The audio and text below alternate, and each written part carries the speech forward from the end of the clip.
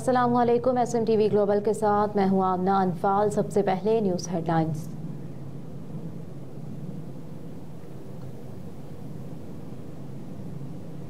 Deputy speaker ruling case Asad Qaiser और कासिम सूरी की नजरसानी दरखास्तें खारिज कर दी गईं।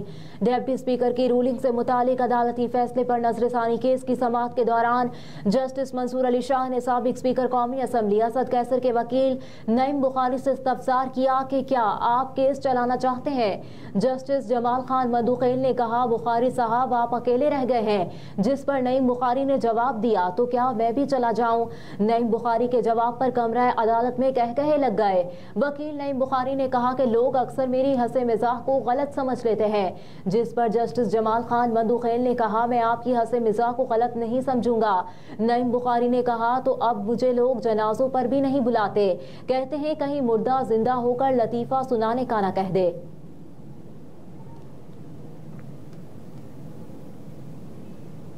कराची में पुलिस से तसादुम, PTI की सूबाई क़यादत समेत 131 अफराद के खिलाफ मुकदमा दर्ज कर लिया गया। फेरियर थाने में दर्ज मुकदमे में इंसदाद दहशतगर्दी, हंगामा आराई, बिलों और लूटमार की दिफात शामिल की गई हैं। दर्ज मुकदमे में तहरीक इंसाफ के जिन कारकुनों को गिरफ्तार किया गया उनमें गुलजार काजी, अयाज रहीम, सुल्तान रहीम, अब्दुल सत्तार और मोहम्मद फहीम समेत दीगर 75 अहम रहनुमाओं को शामिल किया गया है। इसके अलावा 4 से 5 हजार नामालूम अफराद को भी केस में नामजद किया गया है। मुकदमात के मतन के मुताबिक तहरीक इंसाफ कारकुनान को सोशल मीडिया के जरिए 1-2 रोज से पुरतशद्दुद एहतजाज के लिए तैयार किया जा रहा था। उनके पास रैली या जलसे का इजाजतनामा नहीं था।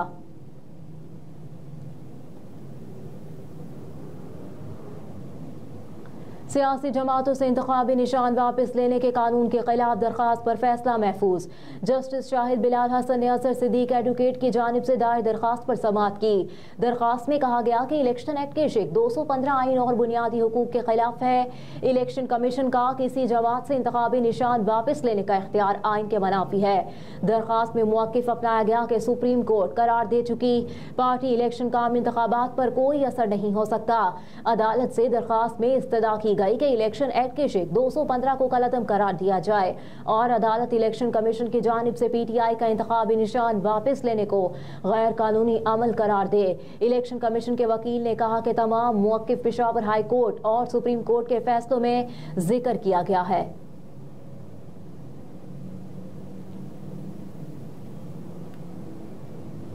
आज़ाद उम्मीदवारों के पोस्टर्स और फ्लेक्सेस उतारने का इकदाम चैलेंज कर दिया गया। लाहौर के सूबाई हल्का PP 171 से आज़ाद उम्मीदवार राना सिकंदर एडवोकेट ने लाहौर हाई कोर्ट में दरखास्त दायर की। दरखास्त गुजार ने हल्के में इंतजामिया की जानिब से अपने पोस्टर्स और फ्लेक्सेस उतारने के इकदाम को चैलेंज किया है। दरखास्त गुजार ने मौक़िफ़ इख्तियार किया है कि PP 171 से आज़ाद उम्मीदवार होने की बुनियाद पर पोस्टर्स और फ्लेक्सेस उतारे जा रहे हैं। इंतजामिया के इकदामात की वजह से इंतखाबी मुहिम चलाने में मुश्किलात का सामना है। पोस्टर्स और फ्लेक्सेस सिर्फ आज़ाद उम्मीदवार होने की बुनियाद पर उतारे जा रहे हैं। दरखास्त गुजार ने इस्तदा की कि लाहौर हाई कोर्ट इंतजामिया को पोस्टर्स और फ्लेक्सेस उतारने से रोकने का हुक्म दे।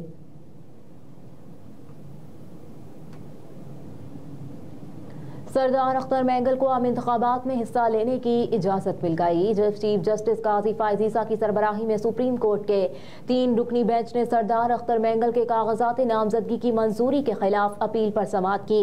एतराज़ करंदा यासिर अहमद के वकील सुल्तान अहमद सुप्रीम कोर्ट में पेश हुए। सुप्रीम कोर्ट ने हाई कोर्ट के फैसले के खिलाफ अपील खारिज कर दी। अदालत ने अपने हुक्म में कहा कि यासिर अहमद ने अख्तर मैंगल के कागजात नामजदगी की मंजूरी के खिलाफ अपील दायर की। रिटर्निंग अफसर ने अख्तर मैंगल के कागजात नामजदगी मुस्तरद किए। इलेक्शन ट्रिब्यूनल ने RO का फैसला मुस्तरद करते हुए कागजात नामजदगी मंजूर किए। अदालत ने कहा कि हाई कोर्ट ने इलेक्शन ट्रिब्यूनल का फैसला बरकरार रखा। अख्तर मैंगल 8 फरवरी के आम इंतखाबात में उम्मीदवार हैं। सुप्रीम कोर्ट इंतखाबी मामले के हकाइक से मुताल्लिक केसेस में मुदाखलत से गुरेज करती है।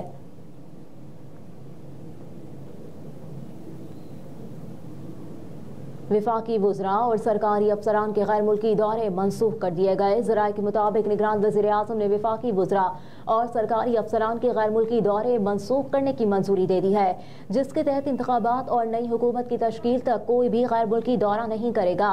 ज़राए के मुताबिक निगरान वुज़रा, अफसरान और खुद मुख्तार इदारों के हुकाम के इजाज़तनामे भी मनसूख किए गए हैं। निगरान काबीना अरकान, सरकारी अफसरान और हुकाम निजी गैर मुल्की दौरे भी नहीं कर सकते।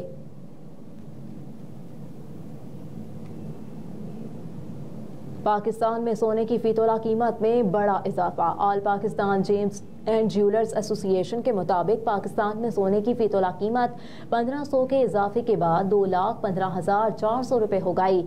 आलमी सराफा बाजार में सोने की फी ऑन्स कीमत $12 इजाफे से $2030 है।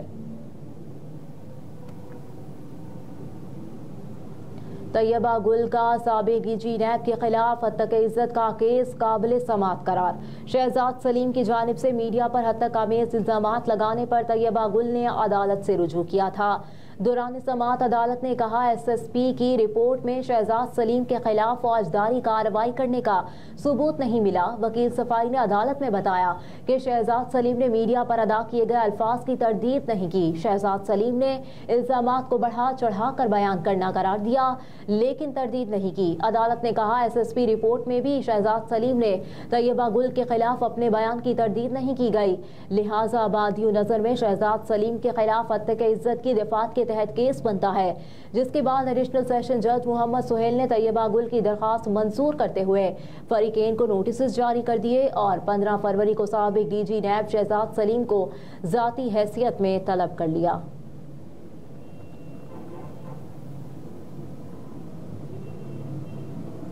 कौमी खिलाड़ियों की फिटनेस और फील्डिंग मयार में तनाजुली की वजह सामने आ गई। ज़राए के मुताबिक गुज़िश्ता टीम मैनेजमेंट ने फिटनेस टेस्ट का सिलसिला ही ख़त्म कर दिया था। गुज़िश्ता मैनेजमेंट ने फिटनेस कैंप और यूयू टेस्ट वगैरह को मुकम्मल नज़रअंदाज किया, जबकि साबिक कप्तान बाबर आजम और साबिक डायरेक्टर मिकी आर्थर ने मुत्तफ़िका तौर पर फिटनेस टेस्ट का सिलसिला ख़त्म किया था।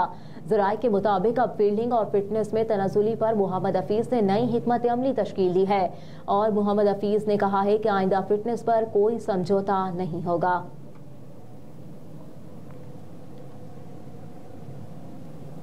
और उर्दन में अमरीकी फौजी अड्डे पर हमला। अमरीकी सेनेटर्स का ईरान पर बराह रास्त हमले का मुतालबा।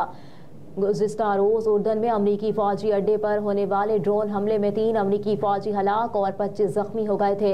अमरीका ने ड्रोन हमले का इल्ज़ाम ईरान पर आयद किया था, ताहम ईरान ने अमरीकी फौजी अड्डे पर हमले की सख्ती से तरदीद कर दी है। अब अमरीकी सेनेटर जॉन कॉर्नियन ने जो बाइडन इंतजामिया से मुतालबा किया है कि अमरीकी फौजी अड्डे पर ड्रोन हमले के जवाब में पासदारान इनकलाब को निशाना बनाए। ये हमले जंग के लिए नहीं बल्कि दिफा के लिए होंगे।